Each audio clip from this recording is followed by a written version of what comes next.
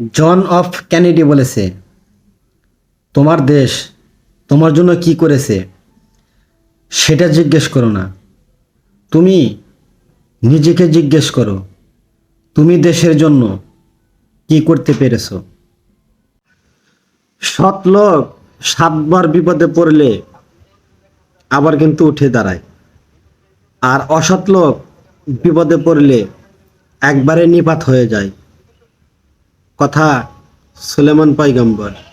ভাগ্য এমন একটা জিনিস, সবার দুয়ারে আসার জন্য অপেক্ষা করে, কিন্তু উপযাজক হয়ে আসে না, ভাগ্যকে ডেকে আনতে হয়। সুখ কোনো তৈরিকৃত বস্তু নয়, এটা আপনার কর্মফল থেকে জন্ম নেয়।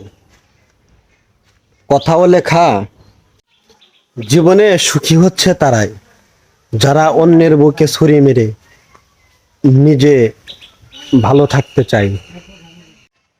জীবন চলার পথে বাধা আসতেই পারে, তাই বলে থেমে যাওয়ার কোনো অবকাশ নেই। যেখানে বাধা আসবে সেখান থেকে আবার শুরু করতে হবে।